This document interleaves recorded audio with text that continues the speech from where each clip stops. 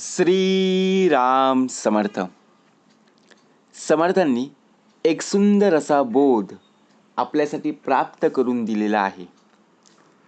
सुस्वभाव म्हणजे अशी विशिष्ट जमीन आहे की तिथे सद्गुणांचं पोषण होत असतं.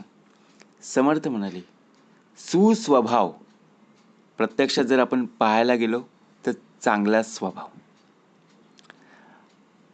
जगामध्ये प्रत्यक्षात जर पाहायला गेलो तर प्रत्येक व्यक्तीचा स्वभाव हा आपल्याला पटेल अशातला नाही आहे. बरोबर की नाही? कारण आपल्या आजूबाजूला सुद्धा लोक राहत असतात. काहीकांचे विचार आपल्याला पटतात, काहीकांचे विचार आपल्याला पटत नाही. परंतु त्यांचा स्वभाव जाणून घेणं. लोक तोंडावर गोड बोलतात हो, परंतु त्यांचा स्वभाव ओळखता आला पाहिजे. खरंच ही व्यक्ती सत्य बोलत आहे का? कारण जिथे सद्गुण रुजले जातात तिथेच बघा उत्तम प्रकारे फुलले जातात. समर्थ म्हणाले, एखादा शेत असतो बघा, आणि त्या शेतामध्ये जर आपण उत्तम बियाणं त्या जमिनीमध्ये पेरलं, पालनपोषण केलं, तर नक्कीच आपल्याला उत्तम प्रकारे पीक प्राप्त होईल की नाही? नक्कीच. सत्वगुणाची उत्तम पेरणी करायची. कारण पिंडामध्ये पेरणी सत्वगुणाची केली तर सत्वगुणे हे उत्तम गतीने आपल्याला प्राप्त होणार आहेत. ज्याप्रमाणे सुपीक जमिनीत चांगली पिकं येतात, त्याचप्रमाणे सुस्वभावी व्यक्तीमध्ये प्रेम, करुणा आणि प्रामाणिकपणाचा बघा यांसारखे सद्गुण वाढत असतात. आता खाडीजवळ बघा, जिथे आजूबाजूला शेती आहे, त्या खाडीमधलं असणारं पाणी त्या शेतामध्ये गेलं की बघा ती जमीन खराब होते. बरोबर की नाही?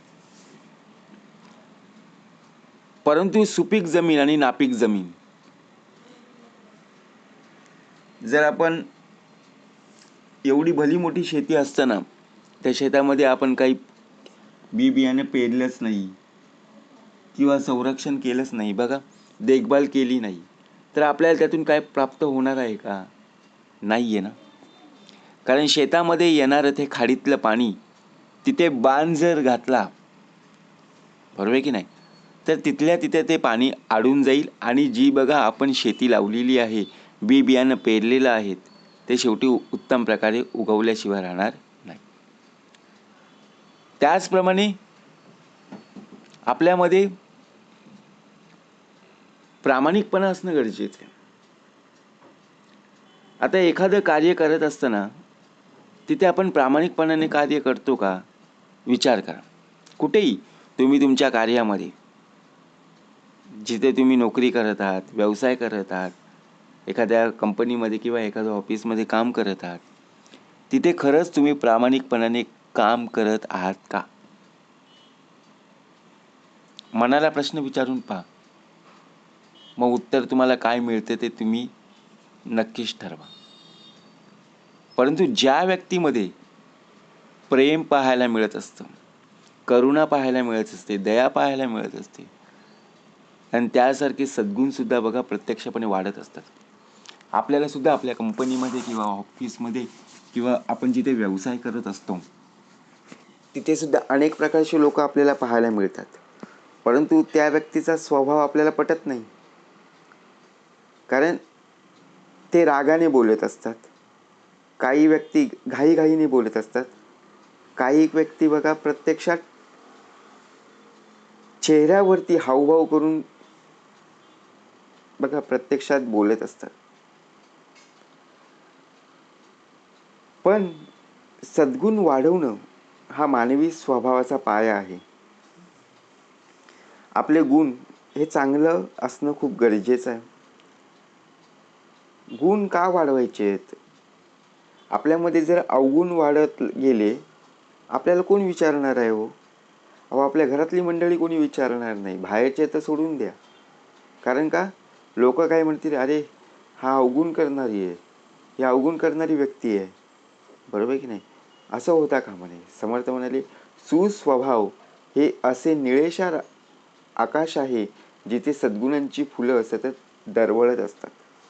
आता एखादं गाव असेल, त्या गावामध्ये बघा डोंगर भाग असतो की नाही, तिथे सुद्धा त्या तलावाच्या ठिकाणी सद्गुणांची फुलं पाहायला मिळत असतात. म्हणजेच काय, आपण जर विचार केला ना, आपल्या आजूबाजूला सुद्धा आपण शेती लावत असतो, आजूबाजूला लोक सुद्धा शेती लावत असतात. परंतु त्या बघा शेतीमधून येणारं फूल असेल किंवा येणारं फळ असेल, त्याची देखभाल करणं खूप गरजेचं आहे. बरोबर? म्हणून समर्थ म्हणाले, जर तुमचा स्वभाव चांगला असेल तर तुमच्या विचारात आणि कृतीमध्ये प्रामाणिकपणा येईल.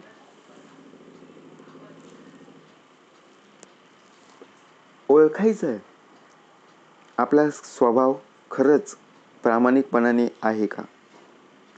इतरांशी बोलताना आपण प्रामाणिकपणाने बोलतो का. कारण अहंकार आणि दुष्टता हे दुर्गुण आहेत. आपल्यामध्ये असणारा जो अहंकार आहे आणि दुष्टपणा आहे, तो प्रथमतः बाहेर काढायचा आहे. कारण जे सुस्वभावाच्या जमिनीत टिकू शकत नाही. आपण लोकांशी बोलत असताना बघा, इकडे तिकडे बघा ऐकून आलेले शब्द त्यांच्यासमोर बोलत असतो. मग ते शब्द त्यांच्या मनाला लागतात आणि ते सहजपणे बोलतात, अरे या व्यक्तीला बोलण्यामध्ये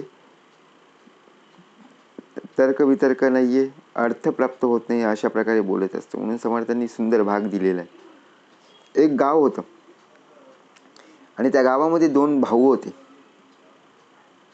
पहिला भाऊ रागीट असायचा आणि दुसरा अहंकारी.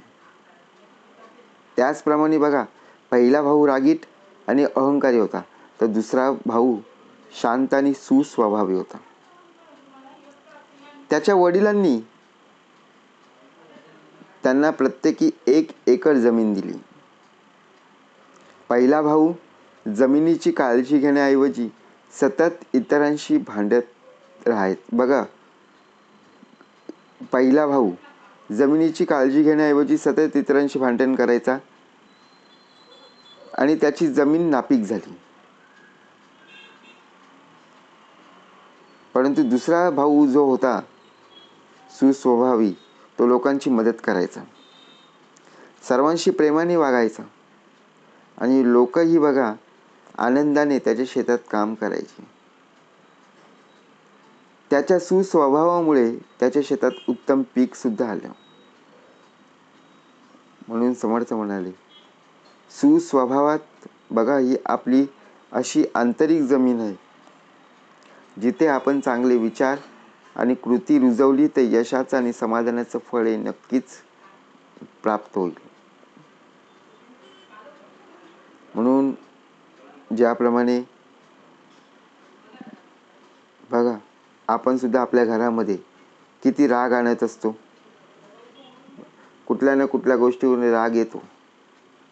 परंतु राग येणं हा जो प्रकार आहे बघा, प्रत्यक्षात जर विचार केला, केवळ गोड बोलून दुसऱ्यांकडून बघा आपण माहिती घेत असतो. आपल्याला माहीत असतं मनाचा मोठेपणा आपल्याला दाखवायचा आहे,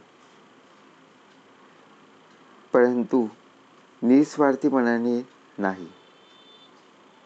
बरोबर की नाही. आपल्यामध्ये स्वार्थीपणा आणून जर आपण काम केलं तर उपयोग काय. कुठलीही गोष्ट करायची असेल ते निस्वार्थीपणाप्रमाणे करता आली पाहिजे. म्हणून समर्थ म्हणाले, ज्याप्रमाणे आपल्या आपल्या घराण्यात बघा कोणाचा स्वभाव हा उत्तमच असेल ना, त्यांनी चांगलं कार्य केलं असेल तर त्याचप्रमाणे बघा प्रत्यक्षात आजूबाजूचे सुद्धा शेजारी पाजारी नाव काढत असतात, कारण ही व्यक्ती खूप चांगली आहे. बरोबर की नाही. कारण या व्यक्तीचा स्वभाव हा उत्तमच आहे. म्हणून समर्थ म्हणाले, ज्याप्रमाणे सुस्वभाव ही अशी विशिष्ट जमीन आहे. आपण जमिनी अनेक पाहिल्या हो, आपल्या घराच्या बाजूला सुद्धा आहेत, परंतु ही जमीन म्हणजे आपला देह. या जमिनीमध्ये असं सद्गुणांचं पोषण, ज्याप्रमाणे अशी विशिष्ट जी जमीन आहे त्यामध्ये उत्तम प्रकारे बी बियाणं पेरा की जिथून आपल्याला सद्गुणांचं पोषण होईल. जय जय रघुवीर समर्थ.